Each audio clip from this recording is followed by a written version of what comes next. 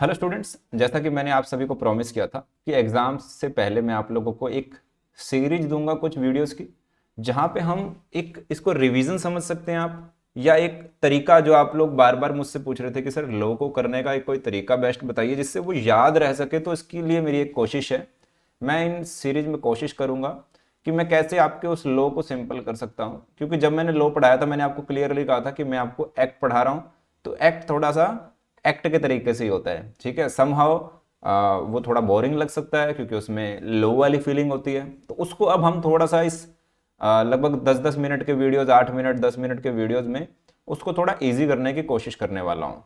तो चलिए, और उम्मीद करता हूँ आप मेरे इस वीडियो सीरीज को ढंग से सुनेंगे, जहाँ पे मैं चीज़ों को सिंपल आपको बताने की कोशिश करूँगा।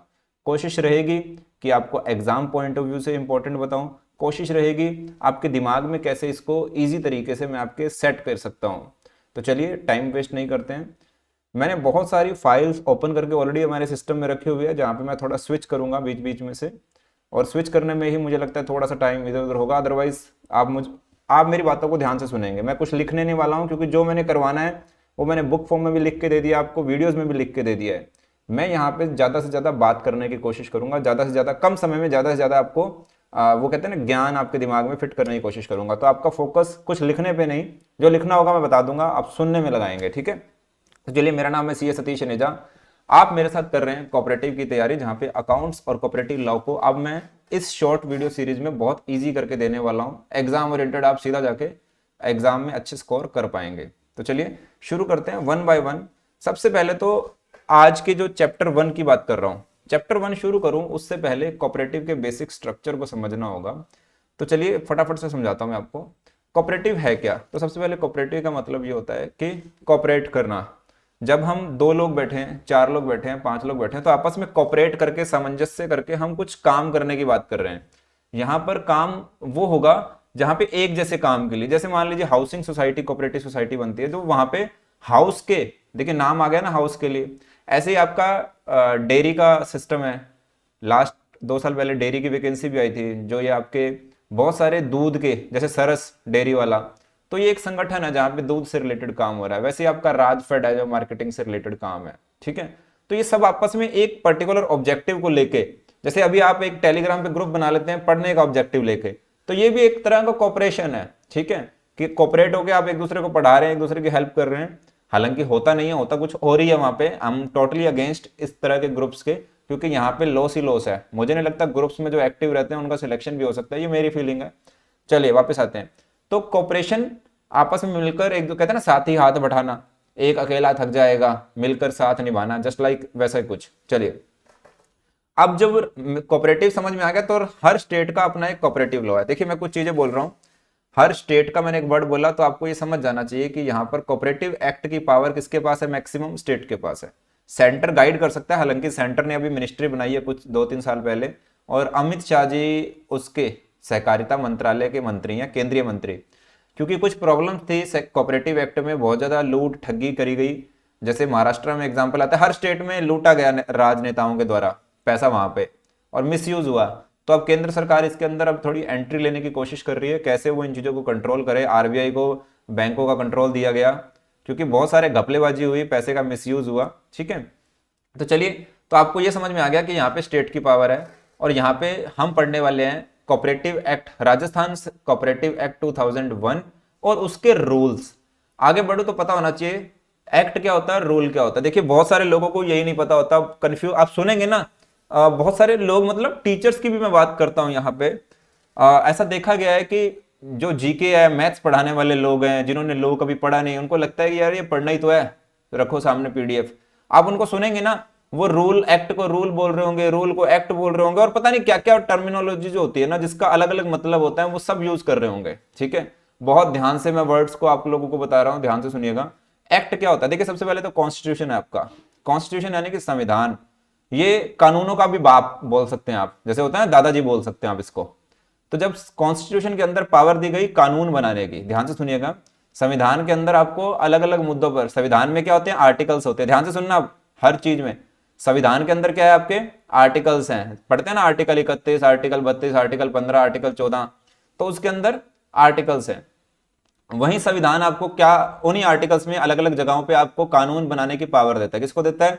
केंद्र सरकार को भी देता है और राज्य सरकार को भी देता है। 3 तरह की सूचियां बनाई गई, ठीक है। एक केंद्रीय सूची बनाई गई उन्होंने, जिसे यूनियन आपने क्या बोल देते हैं उसको, यूनियन लिस्ट, ठीक है।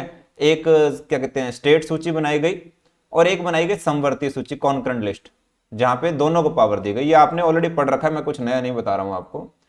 अब जब ये इन सूचियों में कानून बनाने की पावर दी गई, आपको समझ रहे हैं, तो उसी कानून, अब वर्ड क्या आता है कानून, कानून मतलब अधिनियम, अधिनियम मतलब एक्ट, ध्यान से सुनिएगा।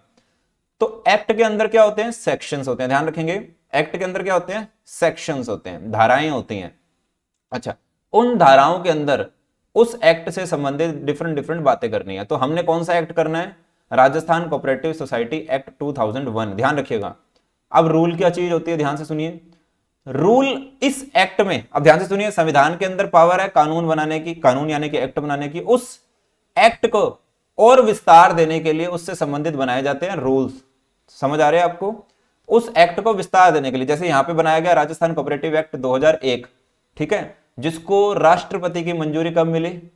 अक्टूबर में, ठीक है, 3 अक्टूबर 2002 को, ठीक है। एक्ट का नाम क्या है? 2001, वो आ गया होगा, पटल पे रख दिया गया होगा। पास कब हुआ, मतलब टोटली पास कब हुआ? वो 3 अक्टूबर 2001 को। और उसको लागू कब किया गया? लागू होता है जब आप ऑफिशियल गैजेट में डाल देते हैं उसको। लागू करने की तारीख क्या थी? 14 नवंबर 2002। ध्यान रखेंगे, मैंने बहुत सारी चीजें बताई आपको। थोड़ा ये वीडियो लंबा चला जाएगा क्योंकि मैं बेस करवा रहा हूं यहां पर। उसके बाद जब ये एक्ट बन गया, फिर इसके नियम बनाने शुरू हुए, क्योंकि धारा में सीमित बात को लिखा जाता है, मेन बात को लिखा जाता है, पर उससे संबंधित डिटेलिंग आपको रूल में लिखी जाती है। ध्यान देंगे इस बात को। तो रूल सेक्शन को विस्तार देते हैं।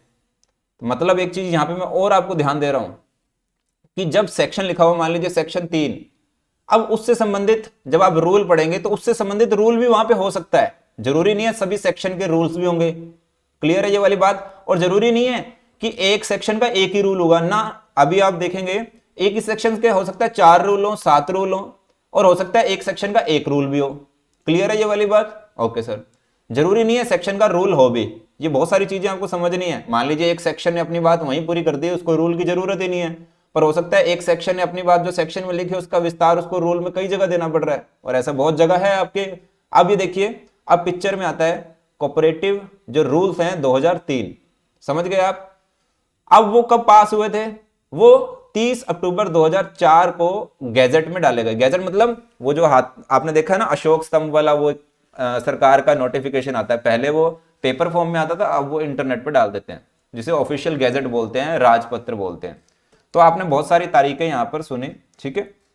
अच्छा, पहले एक्ट पास, पहले 2001 में पटल पे एक्ट रख दिया गया, फिर उसको 2002 में पास कर दिया गया, अक्टूबर के महीने में, 3 अक्टूबर 2002, ठीक है। 14 नवंबर, अब अक्टूबर से अगले महीने चले गए हम, 14 नवंबर को वो क्या हो गया? उसको ऑफिशियल गैजेट में डाल दिया गया, मतलब अब वो लागू हो गया 14 नवंबर से। क्लियर है बात? फिर उसके अगले साल रूल पास किए गए, 30 अक्टूबर 2004 को वो रूल्स आए, पर रूल्स का नाम क्या था? रूल्स हैं 2003, नाम नहीं भूलना, ठीक है। चलो, बहुत सारी तारीखों को मैंने यहां पे याद करवा दिया आपको। अब जब मैं चैप्टर 1 बोलता हूं, अब देखिए मैं फटाफट से आ गया हूं चैप्टर 1 की। जब मैं बात करता हूं, अब उसमें जाने से पहले आपको कुछ स्ट्रक्चर समझने जरूरी है। मैंने आपको कुछ भूमिकाएं बांधी, अब आपको कुछ चीजें समझनी जरूरी है कि ये सबसे पहले स्ट्रक्चर पे आते हैं। देखिए मैंने कहा था ना आपको कुछ चीजें हम समझेंगे, तो ये देखिए पहले स्ट्रक्चर को समझ लेते हैं। आरबीआई, जब मैं बात करता हूं आरबीआई की, तो देखिए आरबीआई बैंकों को कंट्रोल करता है। यहां पे कोऑपरेटिव एक्ट बैंकों को भी कंट्रोल करता है और अदर सोसाइटीज को भी कंट्रोल करता है। ध्यान देंगे सबसे पहले तो जो भी कोऑपरेटिव है, कोऑपरेटिव में बैंक भी है, कोऑपरेटिव में अदर सोसाइटीज भी हैं। एक एक चीज करके हम समझते हैं यहाँ पे। तो सबसे पहले आरबीआई क्या करता है? आरबीआई के अंडर में कमर्शियल बैंक्स भी हैं, कोऑपरेटिव बैंक्स भी हैं और डेवलपमेंट बैंक्स भी हैं, आप देख पा रहे हैं, यानी कि विकास बैंक जिसे कहते हैं आप। कमर्शियल बैंक नेशनल और प्राइवेट, नेशनल ये आपको पता ही है, मैं ज्यादा विस्तार नहीं करूंगा क्योंकि शॉर्ट में रहेंगे। कोऑपरेटिव बैंक्स में क्या है? शॉर्ट टर्म और लॉन्ग टर्म है, जिसमें एग्रीकल्चर वाले भी हैं, मतलब जिनका फोकस सिर्फ एग्रीकल्चर पे, और दूसरा अर्बन क्रेडिट पे है, मतलब जो शहरी, अर्बन मतलब शहरी क्षेत्र से रिलेटेड, ठीक है। अच्छा, और डेवलपमेंट बैंक में एग्जिम बैंक भी है। एग्जिम मतलब इंपोर्ट एक्सपोर्ट टाइप्स बैंक है शायद, है ना, इंडस्ट्रियल और एग्रीकल्चर।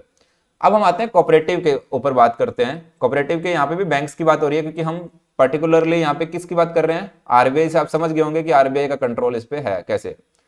अब एक अर्बन कोऑपरेटिव बैंक्स और एक रूरल कोऑपरेटिव बैंक्स हैं। अब देखिए इसमें एक चीज आपको समझनी है, अर्बन कोऑपरेटिव बैंक्स में शेड्यूल अर्बन कोऑपरेटिव्स हैं और नॉन शेड्यूल्ड हैं, जिसमें मल्टी स्टेट मतलब जो एक से ज्यादा स्टेट्स में काम करते हैं, 2 स्टेट्स में काम कर रहे हैं उसको मल्टी स्टेट बोल देते हैं। पर ये अर्बन बैंक की बात हो रही है, ये आप पढ़ सकते हैं, मैं फटाफट से, मुझे कुछ यहाँ ज्यादा बताना नहीं है आपको, आप स्क्रीन पे भी देखेंगे। मल्टी स्टेट मतलब 2 ज्यादा, ऑपरेटिंग इन सिंगल स्टेट में भी काम कर सकता है, और नॉन शेड्यूल में भी ये सेम मल्टी स्टेट भी हो सकता है और ऑपरेटिंग भी हो सकता है। इसमें कुछ ज्यादा हमें समझना नहीं है हमारा, ठीक है। ये आपका कोई क्वेश्चन आ सकता है कभी जीके में, बैंकिंग जीके से related. Rural cooperative credit institution, अब देखिए इसमें शॉर्ट टर्म और लॉन्ग टर्म। शॉर्ट टर्म क्या होता है और लॉन्ग टर्म क्या होता है? शॉर्ट टर्म होता है कम अवधि के लिए पैसा उपलब्ध करवाना, जैसे बीज खरीदना है छोटा, और लॉन्ग टर्म क्या है? कुछ ज्यादा अवधि, 5 साल के लिए पैसा उपलब्ध करवा देना, ठीक है। या और भी, अभी मैं इस टर्म को याद नहीं रखेंगे, बस मैं आपको एक एग्जांपल दे रहा हूं। लॉन्ग टर्म में क्या है, ये अलग अलग जगह जाके ना अलग अलग हो जाता है। सर आपने तो 5 साल कहा था, आपने तो 3 साल कहा था, अभी फिलहाल ये सालों को बोलते हैं। लॉन्ग टर्म मतलब लंबी अवधि, ठीक है, ज्यादा पैसा और लंबी अवधि के लिए, ठीक है। अच्छा, अब इसमें देखिए शॉर्ट टर्म में स्टेट कोऑपरेटिव बैंक्स हैं, डिस्ट्रिक्ट सेंट्रल कोऑपरेटिव बैंक्स भी है। देखिए डीसीसीओबी, शॉर्ट टर्म में याद रखेंगे डीसीसीओबी, आगे आपको याद करना पड़ सकता है एससीबी, एससीओबी हो सकता है, ठीक है। State cooperative banks, district central cooperative banks, primary, देखिए इसको पैक्स भी बोल देते हैं, प्राइमरी एग्रीकल्चर क्रेडिट सोसाइटीज, ठीक है। अच्छा, लॉन्ग टर्म में क्या है? स्कार डीपीएस और ये पकार डीपीएस, इस तरह से बोला जा सकता है। अब इसकी डेफिनेशन भी नीचे लिखे हुए है। जो ये एससी का मतलब क्या है? स्टेट कोऑपरेटिव, और ये पीसी का मतलब क्या है? Primary cooperative. उसके बाद तो agriculture and rural development banks हैं, ठीक है। ये याद करना है बेसिकली, मैं यहाँ पे आपको ये बता रहा हूं कि इस तरह का एक स्ट्रक्चर है। अच्छा सर, अब देखिए ये मैंने राजस्थान कोऑपरेटिव की साइट से लिया था उनका, हो सकता है नया अपडेट हो गया, मैंने इसको 1 साल हो गया लगभग, मैंने चेक नहीं कर पाया। देखिए सबसे पहले कोऑपरेटिव का स्ट्रक्चर क्या है? State cooperative bank structure Rajasthan में क्या है? आरबीआई के कंट्रोल में है, ठीक है। फिर इसको कौन देखता है? National bank of agriculture rural development, इसके आरबीआई के अंडर में क्या आता है? नाबार्ड, ठीक है। अब आपको क्या देखना है?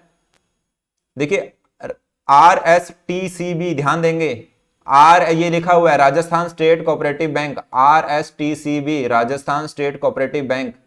ये क्या है? 5 रीजनल ऑफिस हैं और 11 इनकी ब्रांचेज हैं, तो टोटल 16 ब्रांच हो गई।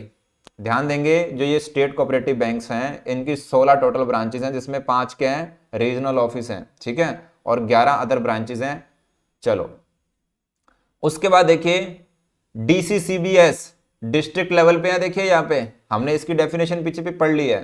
कितनी है? 29 डीसीसीबी हैं और उनकी 450 ब्रांचेस हैं, ठीक है। डिस्ट्रिक्ट लेवल पे कितने हैं? 29 हैं, पर उनकी ब्रांचेस कितनी हैं? टोटल 450 हैं। अब पैक्स और लैम्प्स, अब ये पैक्स कितने हैं? प्राइमरी एग्रीकल्चर, ध्यान रखेंगे 6514, ये इनकी साइट पे था, अपडेट आ जाएगा तो मैं दोबारा आपको टेलीग्राम पे डाल दूंगा। अगर आपने टेलीग्राम ज्वाइन नहीं किया तो ज्वाइन कर लेना भैया, जिसको नहीं पता देख डेमो के टेलीग्राम चैनल पे जाना, मैं एक बार फिर भी दिखा देता हूँ, मैंने ओपन कर रखा होगा। ये देख डेमो का टेलीग्राम चैनल है, यहाँ पे आपको अपडेट मिलते रहते हैं, ठीक है। चलिए वापस आते हैं। पैक्स कितने हैं? 6514 और 44,672 ये विलेजेस में है, ठीक है, और बाद में इसके साथ कस्टमर जुड़ा हुआ है। चलिए अब हम थोड़ा सा और आगे बढ़ते हैं। अब ये भी मैंने इनकी साइट से लिया था स्क्रीनशॉट। एक तो राजफेड है इनके साथ, इनकी जो सहकारी संस्थाएं हैं उनका नाम क्या है? राजफेड, राजस्थान राज्य सहकारी विपणन संघ लिमिटेड, ये याद होना चाहिए आपको, राजफेड के नाम से। इसकी भी वैकेंसी आई हुई है 49 पदों पर, जिसकी कॉमर्स वाली तैयारी हम लोग करवा रहे हैं, ये आपको मालूम होना चाहिए। इसकी बुक्स भी निकाल रखी है हमने, ठीक है। उसके बाद है राजस्थान राज्य सहकारी बैंक, एपेक्स बैंक जिसे बोलते हैं, ठीक है। एपेक्स बैंक, इसकी ब्रांच कहाँ है? जयपुर में है, ध्यान रखना। मेन ब्रांचेस जो है वो जयपुर में ही है इनकी, राजस्थान लेवल पे, ठीक है, मैक्सिमम की। राजस्थान राज्य तिलहन उत्पादक सहकारी, जब मैंने मैक्सिमम बोला तो मैंने अपने आप बचाव कर लिया, थोड़ा सा स्कोप छोड़ दिया, कहीं गलती लग जाए, क्योंकि जीके का पार्ट नहीं, अपने जीके नहीं पढ़ रहे हैं तो वो थोड़ा आप देख लेना। राजस्थान राज्य तिलहन उत्पादक सहकारी संघ, जिसे तिलम संघ बोला है, ठीक है, ये तिलहन से रिलेटेड काम करता है। ये भी उसी, देखिए ये नाम से आपको पता चल रहा है किस फील्ड में काम कर रहे हैं। ये विपणन मतलब मार्केटिंग करवा के देता है। रायसेम ये भर्तियां करवाता है, जो आपकी भर्ती लेने का जिम्मा इन्हीं को ही है। हालांकि ये पेपर लेने का काम आगे आईबीपीएस को करवा लिया या किसी और से करवा लिया, इस तरह के काम ये करता है, पर भर्तियां करवाने की जिम्मेदारी इसकी है, ट्रेनिंग देने की जिम्मेदारी इसकी है। राजस्थान राज्य मुद्रण लिमिटेड, जो प्रिंटिंग की जिम्मेदारी है ये इनकी प्रेस है। आरसीडीएफ ये डेयरी फेडरेशन, जो सरस दूध वाला जो प्रोग्राम है वो इसके अंदर आता है, इसकी वैकेंसी भी आई थी, है ना। और ये राजस्थान राज्य सहकारी उपभोक्ता संघ, ये आपके वहाँ पे जो दुकानें होती हैं होलसेल भंडार, ये वो वाला सिस्टम है। तो ये पढ़ लीजिएगा आप, 7 हैं टोटल यहाँ पर, ठीक है। अब आते हैं हम, ये देखिए मैंने मोटा मोटा आपको एक स्ट्रक्चर बढ़वा दिया कि भैया इस तरह का ये स्ट्रक्चर है। तो अब मैं इसको, ये हमने आज पढ़ लिया है, इसको मैं एक बार क्या कहते हैं हटा रहा हूँ अपनी इस टाइमलाइन से, वापस से आता हूँ। तो देखिए अभी तक मैंने आपको यहाँ पे इसका स्ट्रक्चर बताया, ठीक है। तो इसको आपको क्या करना है, समझ लेना है। एक मिनट, सॉरी।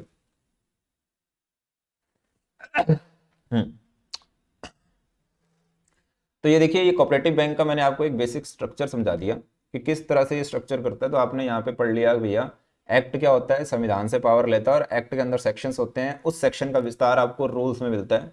एक सेक्शन के कई रूल्स हो सकते हैं, एक सेक्शन का हो सकता है एक भी रूल ना हो, ठीक है। तो इस तरह की चीजें, रूल यानी कि नियम होते हैं, नियम विस्तार देने का काम करते हैं। सेक्शन के साथ में ही आपको नियम पढ़ने हैं, ये ध्यान रख लेना। ऊट पटांग नहीं करना है बिल्कुल भी। एक्ट कभी पढ़ रहे हो, रूल कभी पढ़ रहे हो, कुछ समझ नहीं आएगा, कंफ्यूज हो गए। ऐसी बात तो मैंने सेक्शन में पढ़ी थी, ऐसी बात रूल में भी पढ़ रहा हूँ, दोनों में क्या अंतर है, इस तरह की चीजें लेके घूमोगे तभी तो तैयारी नहीं होती। तो भैया इसीलिए तो बता रहा हूँ आपको, दोनों जुड़ी हुई है। उसी सेक्शन की बात रूल में विस्तार में हो रखी है, दो बातें रूल में एक्स्ट्रा हो रखी है, बस बात इतनी सी है, ठीक है। अब मैं इस वीडियो में, देखिए इससे रिलेटेड मैं आपको बता दूं, मैंने आप लोगों को 922 तो क्वेश्चन ऑलरेडी दे रखे हैं और एक प्लानिंग है 200 क्वेश्चन, हालांकि बहुत ज्यादा क्वेश्चन दे रखे हैं। एक प्लानिंग रखी हुई है मैंने कि 200 क्वेश्चन मैं और दे सकता हूँ, 300 भी दे सकता हूँ, ठीक है, क्योंकि है ना।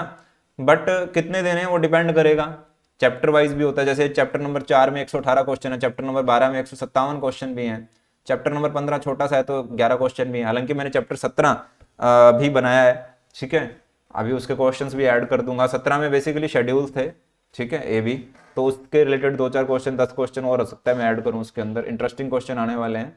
तो ये क्वेश्चन मैंने ऑलरेडी आपको दे रखे हैं। बुक आप लोगों को मार्केट में ऑलरेडी है, ये वाली आपको पता ही होगा, है ना। और राजफेड की भी बुक मैंने ऑलरेडी रेडी कर रखी है, अकाउंटिंग की बुक भी है और इसकी एमसीक्यूज की बुक भी आपको मिल जाती है, ठीक है। और इससे रिलेटेड क्लासेज हैं अपने कोऑपरेटिव एक्ट की, ये आप लोगों को पता है, अलग से भी लेना तो ले सकते हैं। तो इस वीडियो को मैं अभी, ठीक है, इतना बता रहा हूं कि नेक्स्ट वीडियो साथ के साथ ही शूट कर रहा हूं मैं अभी। तो ये आप सारी पीडीएफ देख सकते हैं। नेक्स्ट वीडियो में मैं चैप्टर 1 को ही लेने वाला हूं। अभी बेसिक्स में क्या हो गया, टाइम लग गया थोड़ा सा, ये वीडियो लेंथी हो जाएगा अदरवाइज। तो ये अभी हम हैंड टू हैंड में दूसरा वीडियो शूट कर रहा हूँ इसके बाद, ठीक है। और मेरी कोशिश है कि मैं 2 दिन में बैठ के सारे छोटे छोटे वीडियोस रिकॉर्ड कर दूं, ताकि आपको सीक्वेंस में ये सारा फटाफट मिल जाए, डिले ना हो, ठीक है। तो इसके बाद मैं दूसरा वीडियो शूट कर रहा हूँ चैप्टर नंबर 1 के ऊपर, फिर चैप्टर 2, इस तरह से हम आगे सारे चैप्टर्स के ऊपर चर्चा करने वाले हैं। आपको पता चलेगा, मजा आएगा, ठीक है। तो इस वीडियो में इतना ही, टेक केयर, बाय बाय।